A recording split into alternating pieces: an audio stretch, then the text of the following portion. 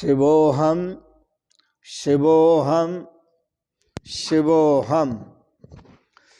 ॐ ध्येयं सदा परिभवग्नमभीष्टदोहं तीर्थास्पदं शिवविरञ्चनुतं शरण्यं भृत्यार्त्यहं प्रणतपालभवाब्धिपोतं वन्दे महापुरुष ते चरणारविन्दं वन्दे महापुरुष ते चरणारविन्दम्।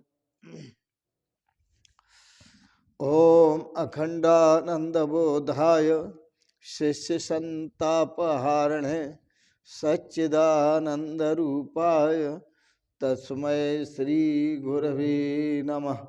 तस्मै श्री गुरवे नमः। तस्मै श्री गुरवे नमः। ओम अज्ञानतिमिरान्धस्य ज्ञानाञ्जनशलाकया चक्षुरुन्मीलितं येन तस्मै श्री गुरवे नमः। तस्मै श्री गुरवे नमः।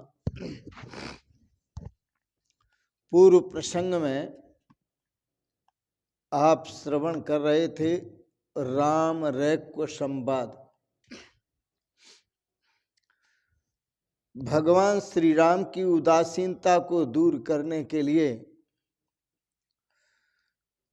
भगवान श्री राम के सतगुरुदेव भगवान ब्रह्म विद्या के गुरु तत्व ज्ञान के गुरु महर्षि रैक्व राम जी से कहते हैं, हे राम जी, स्वम संगमुदासीनम परिज्ञाये नभो यथा न श्लिष्यते यति किंचित कदाचिद भाव कर्म भी। हे राम जी, आकाश की तरह यथा आकाशो यथा नभो, जैसे आकाश है आकाश की तरह परिज्ञाय स्वम, अपने आप को आकाश की तरह जानो, अपने आप को आकाश की तरह समझो। वेद में भी जो उदाहरण दिया है वह आत्मा का, परमात्मा का आकाशवत सर्वगतश्च नित्य। आत्मा परमात्मा यह आकाश की तरह सब जगह गया हुआ है और नित्य है, शाश्वत है। तो आकाश का दृष्टांत दे करके गुरुदेव भगवान ने राम जी को समझाया कि राम जी, आप तो आकाश की तरह उदासीन रहो, स्वयं असंग, आप असंग रहो। तो आकाश का दृष्टांत क्यों दिया, आकाश का उदाहरण क्यों दिया, इसको आप गहराई से, गहनता से समझें। पानी में हम लकीरें करते हैं, लकीरें बनती हैं और मिट जाती हैं। पत्थर पर हम लकीरें करते हैं, लकीरें बनती हैं और हजारों वर्ष लग जाते हैं मिटने में। पर आकाश में हम लकीर करते हैं लेकिन आकाश में कोई लकीर बनती नहीं। इसी प्रकार से इंद्रियों के द्वारा हम कर्म करते हैं, शरीर के द्वारा कर्म करते हैं, हमारे कर्म लकीर बन जाते हैं। कुछ ऐसे कर्म होते हैं जैसे पानी पर की गई लकीर, कि लकीर बनती तो है लेकिन साथ ही साथ मिट जाती है। कुछ ऐसे कर्म होते हैं। कुछ शरीर के द्वारा, मन के द्वारा जो मन में पकड़ लिए जाते हैं, कुछ ऐसे कर्म होते हैं कि वह कर्म होते हैं, कर्म बनते हैं और उनको कई जन्म लग जाते हैं नष्ट होने में। जैसे पत्थर पर की गई लकीर को मिटने में वर्षों लग जाते हैं। परंतु राम जी, आकाश में लकीर कितनी ही करो पर कोई लकीर होती नहीं है। जब लकीरी ही नहीं होती तो उसके मिटने का मिटाने का कोई सवाल ही नहीं है। इसलिए हे राम जी, आप आकाश की तरह आप अपने को असंग समझो, असंग जानो। असंग बड़ा कीमती शब्द है राम जी। असंग का अर्थ होता है कि जो सदा से सबके साथ है फिर भी साथ नहीं है, जो सदा से सबके संग है फिर भी संग नहीं है। आकाश सब तरफ मौजूद है, वृक्ष को भी आकाश ने घेरा है, आपको भी आकाश ने घेरा है, साधु को भी आकाश ने घेरा है, और असाधु को भी आकाश ने घेरा है। आकाश आकाश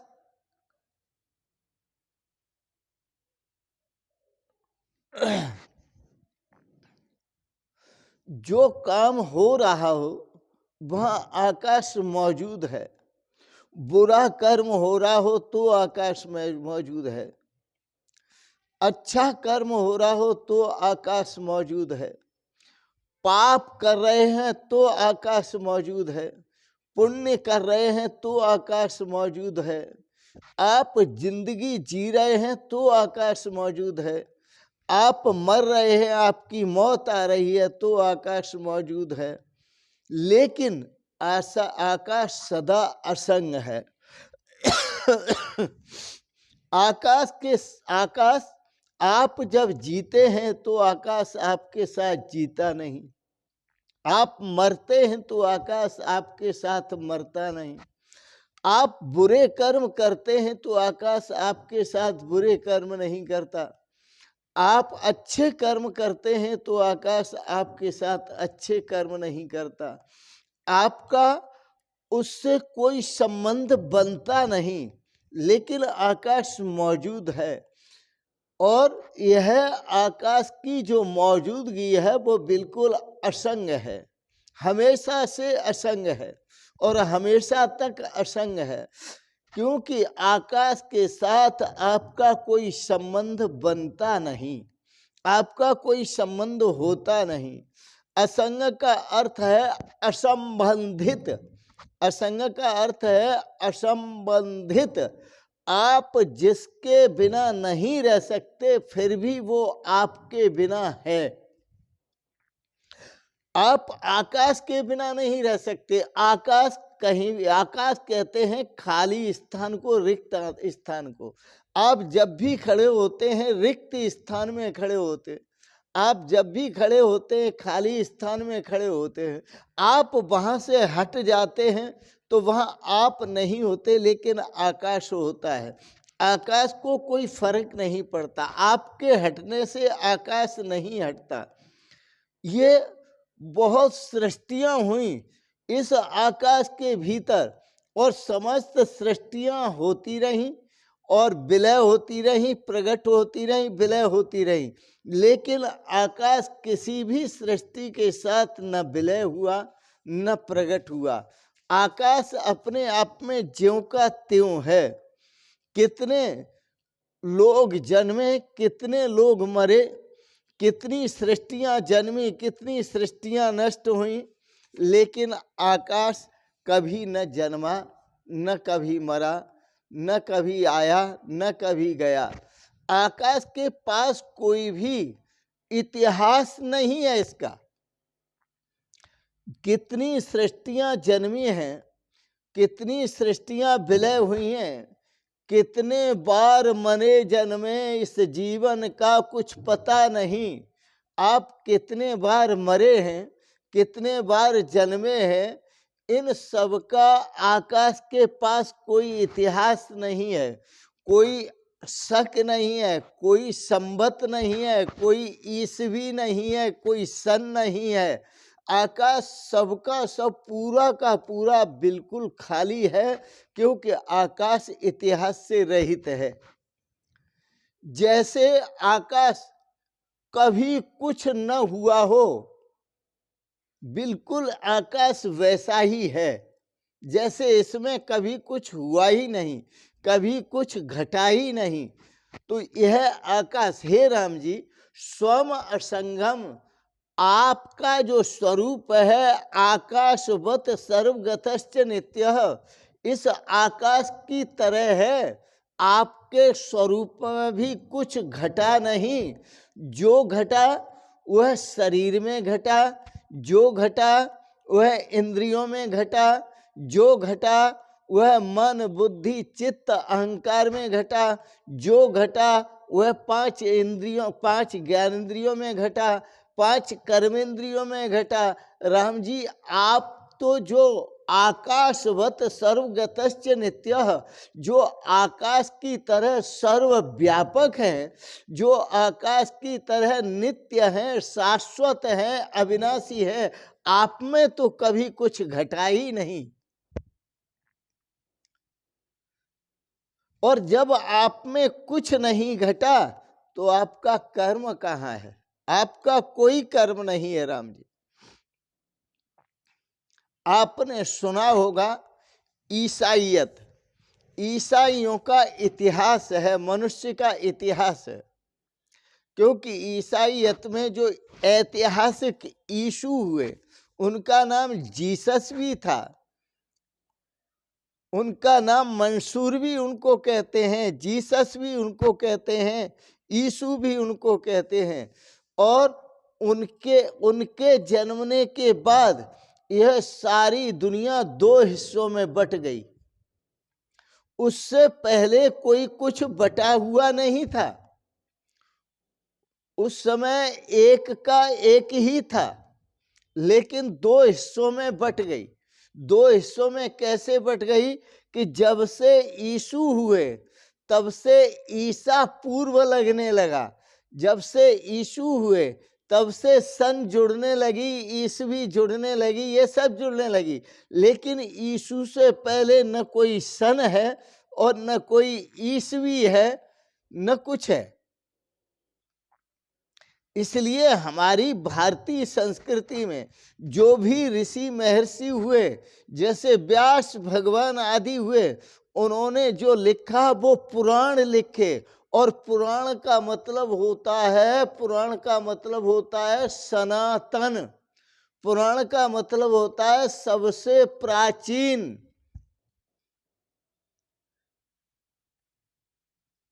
सबसे प्राचीन, सबसे पुरातन, सनातन, जिसका कोई इतिहास नहीं है। इतिहास का मतलब जिसकी कोई सन नहीं है, जिसकी कोई संबत नहीं है, जिसका कोई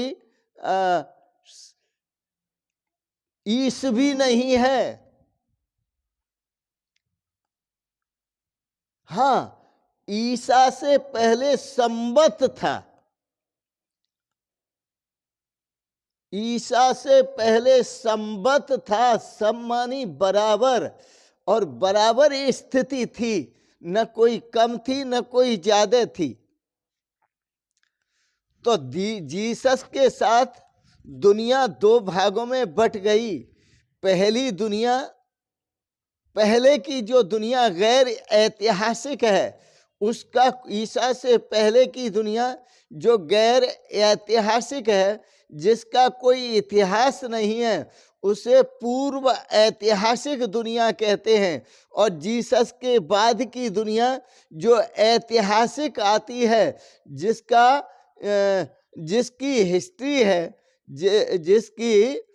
जिसका इतिहास है।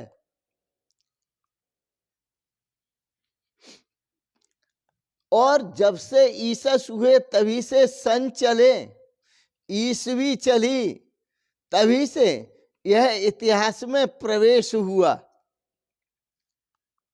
जीसस के पूर्व कोई इतिहास नहीं था, कोई इतिहास की रेखा नहीं थी। जिसके भीतर सब घटता है वह आकाश है। और जब वह आकाश ही कोई हिसाब नहीं रखता तो आकाश में पैदा होने वाले आकाश का क्या हिसाब रखेंगे? हिसाब रखना इनका व्यर्थ है। कौन कब पैदा हुआ, कौन कब मरा, इसका इतिहास आकाश के पास नहीं है, जबकि आकाश में ही सब जन्मे हैं और आकाश में ही सब मरे हैं, आकाश में ही सब बने हैं और आकाश में ही सब बिगड़े हैं। इसका कोई हमने इतिहास नहीं रखा। हमारे शास्त्रकारों ने, हमारे ऋषि महर्षियों ने पुराणों की रचना की। और पुराण का मतलब होता है सनातन।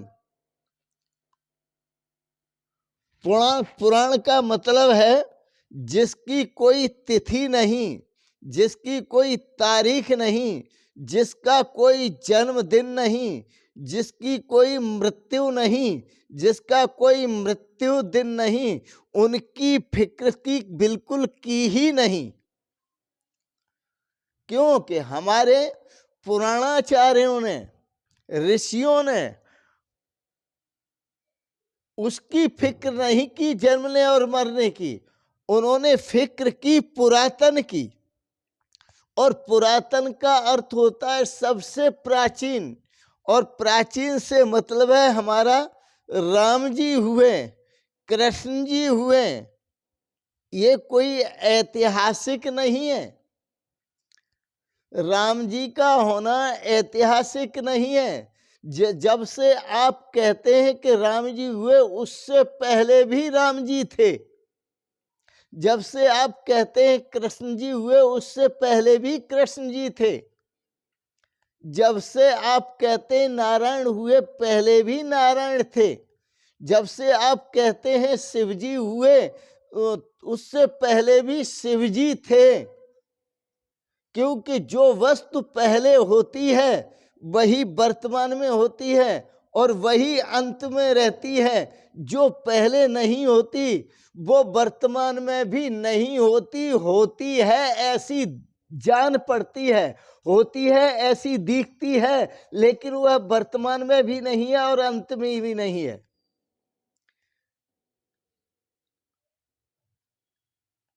यह संसार आदि में नहीं है। आदि में ब्रह्मैव इदम सर्वम, यह सब कुछ परमात्मा ही परमात्मा है। वेद ऐसा कहते हैं, ब्रह्मैव इदम सर्वम, नारायण एविदम सर्वम, ओम एविदम सर्वम, वासुदेवम इदम सर्वम। यह सब कुछ वासुदेव ही थे। ब्रह्म ही ब्रह्म था, ब्रह्मैव इदम सर्वम, आत्मैव इदम सर्वम। यह सब कुछ आत्मा ही आत्मा था। अहमेव इदम सर्वम, यह सब कुछ मैं ही मैं था। तो यह संसार, इसका कोई आदि भी नहीं है। यह संसार है, इसका आदि अंत और मध्य ये सब देखा जाता है, लेकिन परमात्मा का कोई आदि अंत और मध्य नहीं है। तो संसार की सन प्रारंभ होती है। जो जन्मता है और मरता है, जिस आकाश में, उस आकाश की कोई सन नहीं है, लेकिन जो जन्मता है और मरता है, जीता है, उसकी सन है। इसी प्रकार राम जी यह शरीर कितने बार जन्मे और कितने बार जिए और कितने बार मरे, लेकिन राम जी आप न कभी जन्मे, न कभी जिए और न कभी मरे। आप तो राम जी शाश्वत हैं। कौन कह सकता है कि आप कब पैदा हुए? कौन कह सकता है कि आप कब मरे? ऐसे इसको दूसरे शब्दों में ऐसे भी समझो राम जी, कि जब आप छोटे थे तो आपने कहा मैं बच्चा हूँ, और जब आप जवान हुए तो आपने कहा मैं जवान हूँ, और जब आप बूढ़े हुए तो आप कहते हैं मैं बूढ़ा हूँ। आप समझो इन बातों को। लेकिन जो बच्चा था वो खत्म हो गया, लेकिन आप खत्म नहीं हुए। जो जवान था वो भी खत्म हो गया, पर आप खत्म नहीं हुए। और ये जो बूढ़ा है, लेकिन ये भी खत्म होगा, पर आप खत्म नहीं होंगे। अरे ये बच्चा जो था वो शरीर था, जवान हुआ वो शरीर हुआ, और बूढ़ा होगा वो शरीर होगा। राम जी कभी ना आप बच्चे होते हैं, ना आप जवान होते हैं, ना कभी बूढ़े होते हैं। आप पुराण हैं। और पुराण का मतलब होता है, पुराण का मतलब होता है कोई तारीख नहीं, कोई जन्मदिन नहीं, कोई मृत्यु दिन नहीं, और न जन्म की फिक्र है न मृत्यु की फिक्र है। हमारे पुराणों में जो सार ढूंढा गया, वेदों में जो सार तत्व ढूंढा गया, वह सार तत्व ऐसा है जिसकी कोई फिक्र नहीं। और फिक्र की है तो उस सार तत्व की फिक्र की है कि जो कभी पैदा नहीं हुआ, जिसका पता ही नहीं कब पैदा हुआ, जो कभी पढ़ने नहीं गए, जिनका कभी विवाह नहीं हुआ, इन सबकी फिक्र कब पैदा हुआ, कब बढ़ा, कब जवान हुआ, कब बुढ़ा हुआ, कब मर गया, कब शादी हुई, कब बच्चे हुए, इसकी कोई फिक्र नहीं है। हमारे पुराणों में जो फिक्र है वो इन बातों से विशेष संबंध नहीं है, इन बातों का हिसाब किताब नहीं है, इन बातों से कोई प्रयोजन नहीं जान पड़ता है कि हमारे वेदों में इन बातों से प्रयोजन है। हमारे वेदों में तो प्रयोजन केवल राम से है, केवल परमात्मा से है। आप कहेंगे आप राम का नाम ले रहे हैं, राम तो अयोध्या के नरेश थे, और अयोध्या नरेश के यहाँ पैदा हुए थे, महाराज दशरथ के यहाँ। ये तुम्हारी भूल है, राम उससे पहले भी थे। क्योंकि पहले के जो योगी, जो ऋषि महर्षि हुए, वो राम में ही तो रमण करते थे। राम का अर्थ होता है रमनते योगिने यस्मिन इति रामः। जो योगी जन, जो ऋषि महर्षि जन जिस राम में रमण करते हैं, जिस परम आनंद में रमण करते हैं, वही तो राम है। यदि आपने दशरथ के बेटा को जाना तो आपने एक राम को जाना। संत महापुरुष तो कहते हैं 4 राम हैं, 4। एक राम दशरथ का बेटा, एक राम घट घट में लेटा, एक राम का जगत पसारा, एक राम सब जग से न्यारा। एक राम तो वह है जो दशरथ के पुत्र हैं, एक राम वह है जो हर घट में विराजमान है। लेकिन घट फूटता है, वो कभी फूटते नहीं। घट बना है, वो कभी बनते नहीं। घट बिगड़ेगा, वो कभी बिगड़ते नहीं। घट में है जो घट घट में लेटा है। ये घट फूट जाएंगे, लेकिन राम जी का कुछ बिगड़ेगा नहीं, वो निर्विकार हैं।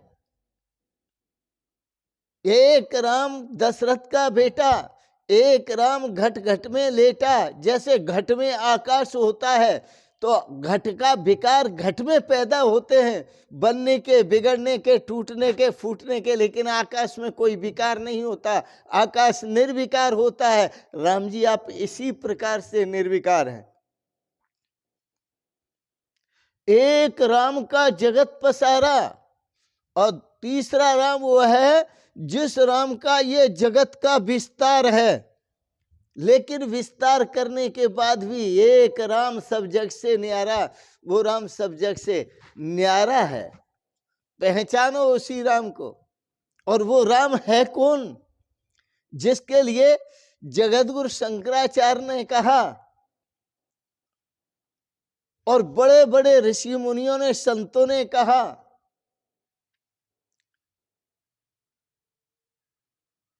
अरे इंसान, अपने आप को पहचान, यही है भक्ति और यही है ज्ञान।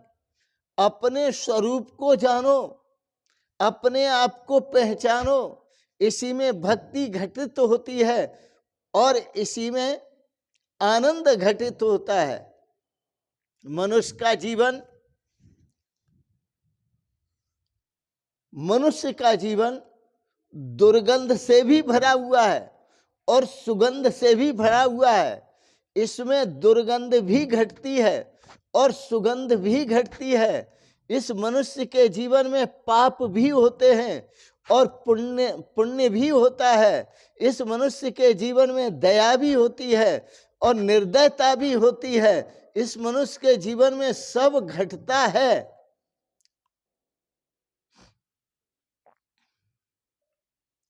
लेकिन राम के जीवन में कुछ नहीं घटता।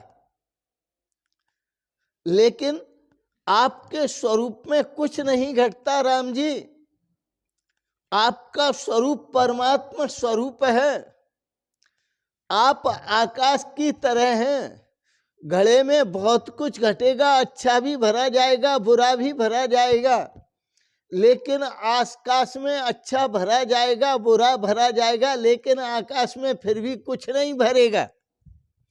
आकाश खाली का खाली रहेगा। आप घड़ा हटा लीजिए, आकाश खाली का खाली है। आपको लगता है जहां घड़ा रखा है वो आकाश भरा हुआ है घड़े से। आपने किसी जगह पर एक घेरा लगा करके बहुत सारे घड़े भर दिए तो आपने समझ लिया कि आकाश घड़ों से भरा हुआ है। लेकिन जब भरा हुआ है तब भी आकाश खाली ही है, और जब खाली है तब भी खाली है, क्योंकि असंग है आकाश। आकाश किसी का साथ नहीं करता। जब इस आकाश में कोई पाप करता है तो उस व्यक्ति को तो पाप लगता है, लेकिन आकाश को कोई पाप नहीं लगता। इस आकाश में जब कोई पुण्य करता है तो उस व्यक्ति को तो पुण्य लगता है, लेकिन आकाश में कोई पुण्य नहीं लगता, आकाश को कोई पुण्य नहीं लगता। और जब इस आकाश में कोई व्यक्ति जन्मता है तो आकाश जन्मता नहीं। इस आकाश में कोई व्यक्ति मरता है तो आकाश मरता नहीं। राम जी, इसी तरह से तो यही तो आपका स्वरूप है कि आप इस संसार में शरीरों की तरह जन्मते हैं लेकिन फिर भी नहीं जन्मते, शरीरों की तरह मरते हैं लेकिन फिर भी नहीं मरते, शरीरों की तरह दुखी होते हैं लेकिन फिर भी कभी दुखी नहीं होते। आप अपने स्वरूप को राम जी पहचानो। पुराण का मतलब होता है सारभूत। पुराण का मतलब होता है परम तत्व। पुराण का मतलब होता है परम पद। पुराण का मतलब होता है परमात्मा। पुराण का मतलब होता है निर्विकार। पुराण का मतलब होता है निराकार। राम जी, तुम्हारा स्वरूप तो जो है वो निर्विकार है, निराकार है और परम आनंद स्वरूप है। आप अपने निर्विकार स्वरूप में सदा फूल से खिले हुए रहते हैं, सदा जीवन में आनंदित रहते हैं, सदा जीवन में शाश्वत सुखमय और शाश्वत शांतिमय रहते हैं। जो दुखी होता है यह मन होता है, सुखी होता है मन होता है, आता है जाता है वो प्राण आता है और जाता है। कर्म जो करता है वो इंद्रियाएं करती हैं, कर्म जो करती हैं वो इंद्रियाएं करती हैं, कर्म इंद्रियाएं। और उन कर्मों का जो ज्ञान है वो ज्ञान इंद्रियाएं प्राप्त करती हैं। और शरीर जो है ये शरीर जन्मता है और शरीर मरता है। इसमें राम जी आपका तो कोई काम नहीं है, आप तो सदा असंग हैं इससे। इसलिए सतगुरुदेव भगवान ने कहा, राम जी, सोम असंगम उदासीनम परिज्ञाय नवो यथा। हे राम जी, अपने को सदा असंग जानो। असंग सबके संग रहते हुए भी आपने किसी का संग नहीं किया। जैसे आकाश सबके संग रहता है लेकिन फिर भी असंग रहता है, और उदासीन। उदासीन का मतलब है कि शरीर, इंद्रियां, मन अहंकार करता है। अहंकार करता है कि मैंने ये किया है, लेकिन आप सदा उदासीन हैं कि आपने कभी कुछ किया ही नहीं। आपको कुछ भी करने का कोई अहंकार नहीं है।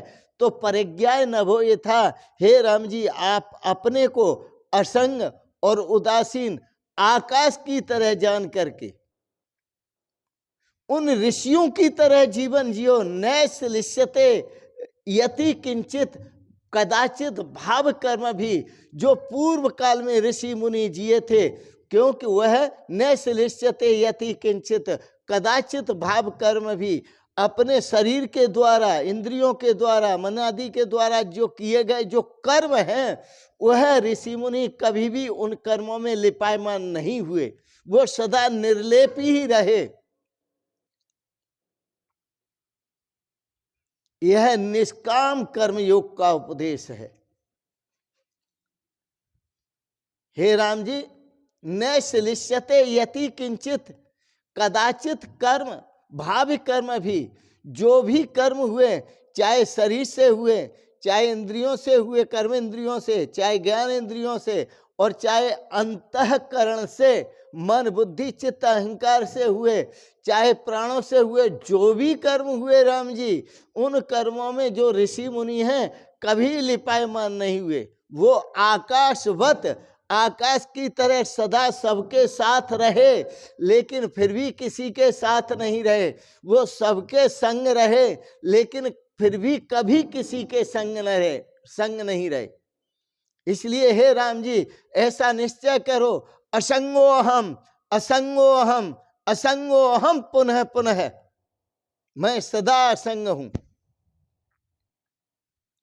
मैं सदा असंग हूं, मैं सदा असंग हूं। मैंने कभी किसी का कोई साथ किया ही नहीं।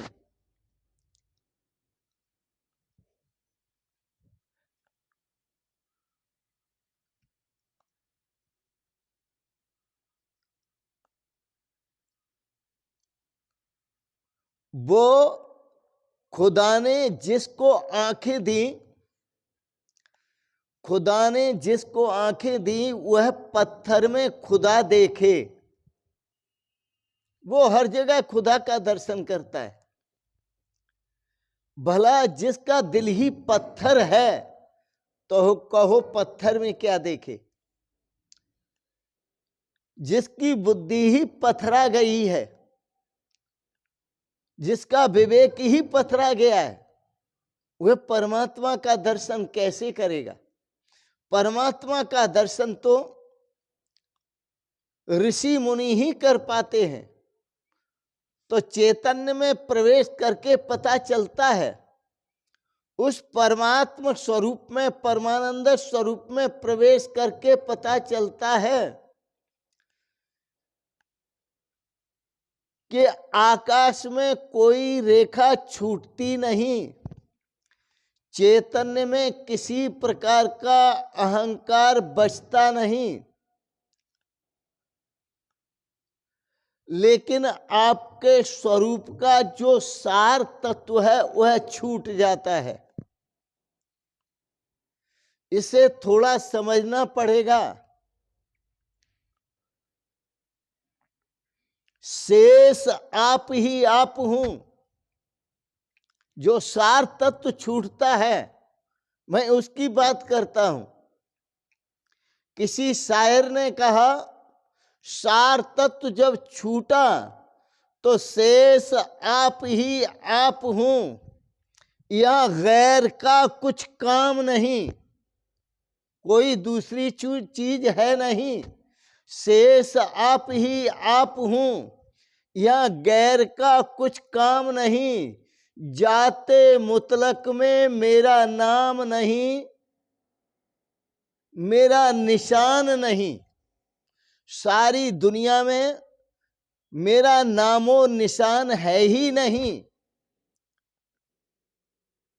आप मुझे किस नाम से पुकारेंगे, क्योंकि हर नाम में मौजूद हूं। आप किस रूप से पुकारेंगे, मैं हर रूप में मौजूद हूं।